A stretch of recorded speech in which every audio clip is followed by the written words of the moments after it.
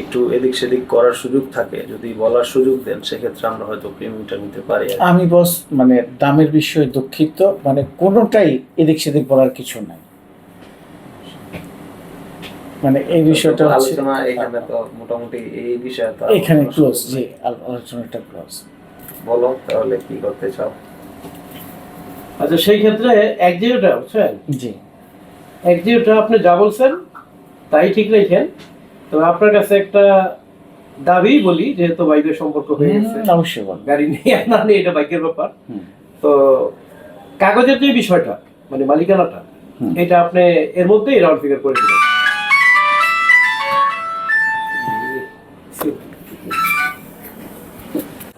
ইচ্ছা তাদের এখানে নিয়ে আসছি, পুরো টাকা পারবে, বুঝতে পারছেন? আচ্ছা। আমরা যেই লোকেশনে থাকি ওই লোকেশন থেকে এটা কিন্তু উল্টা সাইড আমি নিয়ে আসছি। এখন আপনি যদি মনে করেন যে আপনার এখানে কিছু করা উচিত, সেটা আপনার বিষয়। আচ্ছা, আমি একটু কথা বলতে পারি? হুম। আসসালামু আলাইকুম রহমতুল্লাহ।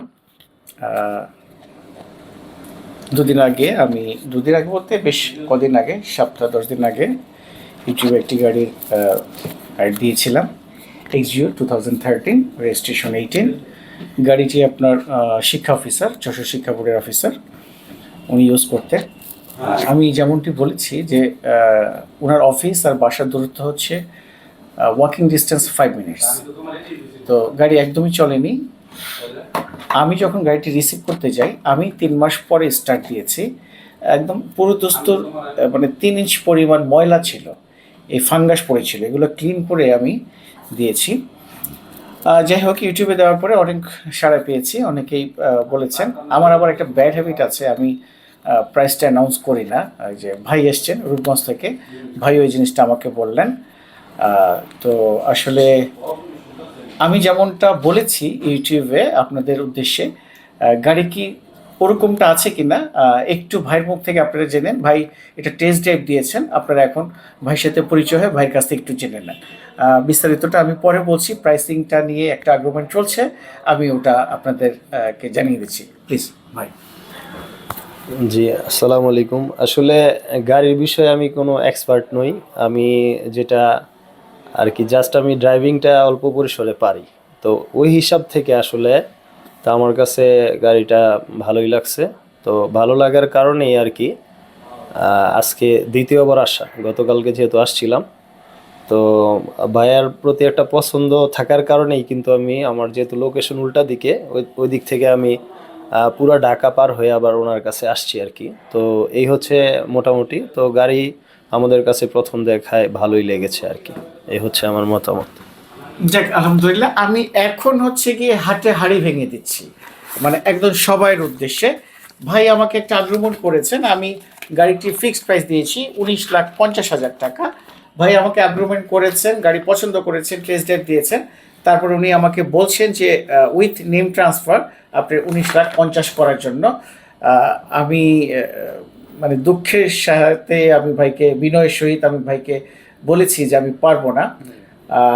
এবার একটু জাস্ট আমার এটা হচ্ছে আমার লেজার বুক, হ্যাঁ, আমার রেজিস্টার বুক। আমি আপনাদেরকে একটু দেখাই যদি, একটু প্লিজ ক্যামেরা সহ। 1308 আমার আইডি নাম্বার। হ্যাঁ, জৈনক শামীম শেখ, ওনার কাছ থেকে আমি গাড়িটি এনেছি এবং আমার গাড়ির প্রাইস পড়েছে 19 লাখ টাকা। এখন মানে প্রশ্ন হচ্ছে আমি কতটুকু আসলে বেশি চেয়েছি আপনাদের কাছে। আমি বরাবরই বলে থাকি, আলহামদুলিল্লাহ আমার বিজনেস আছে, আল্লাহ পাক আমাকে দিয়েছেন। আমার ইন অ্যান অ্যাভারেজ আমার 42 ইউনিট পর্যন্ত পার মান্থ গিয়েছে। 30 তো অ্যাভারেজ, 30 অ্যাভারেজ যায়। সাময়িক এই 2 মাস হয়তো একটু কষ্ট হচ্ছে। তো এই জন্য এগুলো আমার কাছে একদমই মানে মানে ছোট মাছ, গুঁড়ো মাছ, আলু পটল পেঁয়াজ এরকম মানে সবজির মতো মনে হয়, যে এগুলো দিয়ে আমার প্রফিট মার্জিন তেমন থাকে না। 20-30 হাজার টাকা হলে আমার হয়ে যায় আলহামদুলিল্লাহ। তবে বিজনেসটি করি না তা না। আজকে একটা এসইউভি নেন আপনি, যেখানে আমার 1 কোটি টাকা ইনভেস্ট আছে, ওটার সাথে আমি ওভাবেই মানে প্রফিটের মার্জিনটা ওভাবেই রাখবো আর কি, রেশিও অনুযায়ী। যাই হোক ভাই, আমি সবাই মানে একদম লাইভে রেখেই আপনাকে বলছি, আমি আসলে অ্যাকচুয়ালি এর নিচে পারছি না।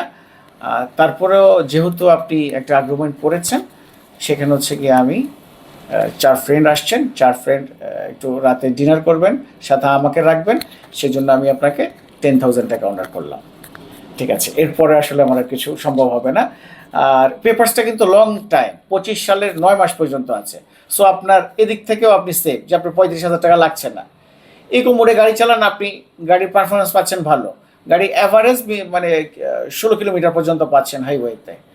তো এর চেয়ে বেশি আসলে পাওনা আমার মনে হয় না যে ইউজ করে আসতে পারে।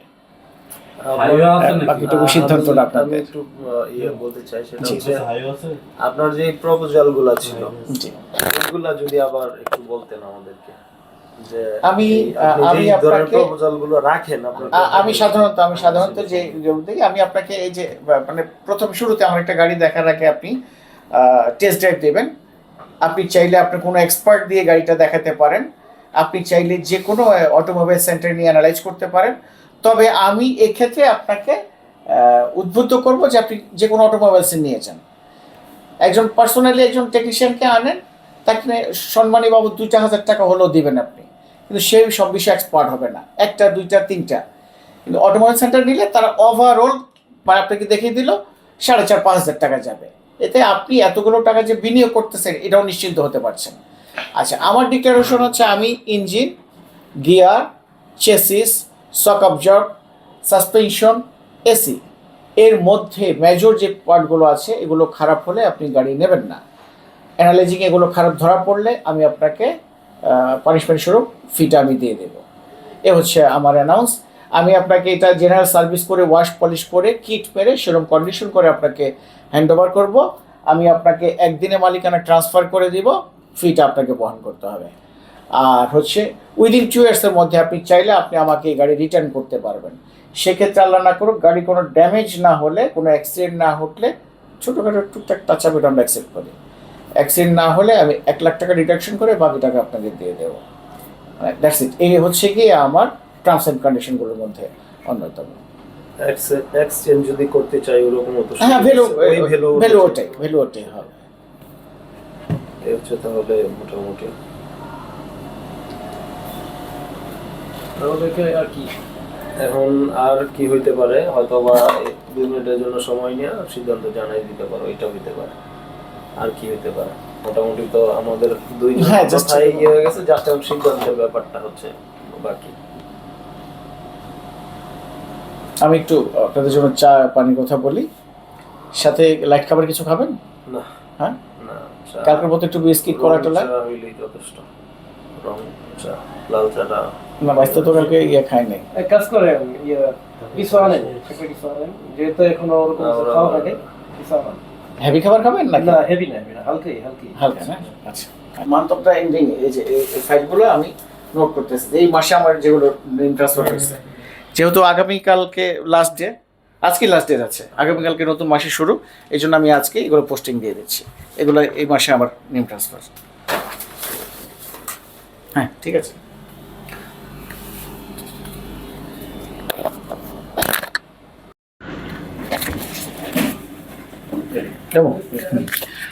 যাক, আলহামদুলিল্লাহ শেষ পর্যন্ত আমরা গাড়িটি ভাইদের কাছে দিতে পারলাম। এটা তকদির, আসলে অনেক বড় একটা জিনিস। রিজিক কোত্থেকে আসে কোথায় যায় এটা বলা যায় না, একমাত্র আল্লাহ পাকই ভালো জানেন।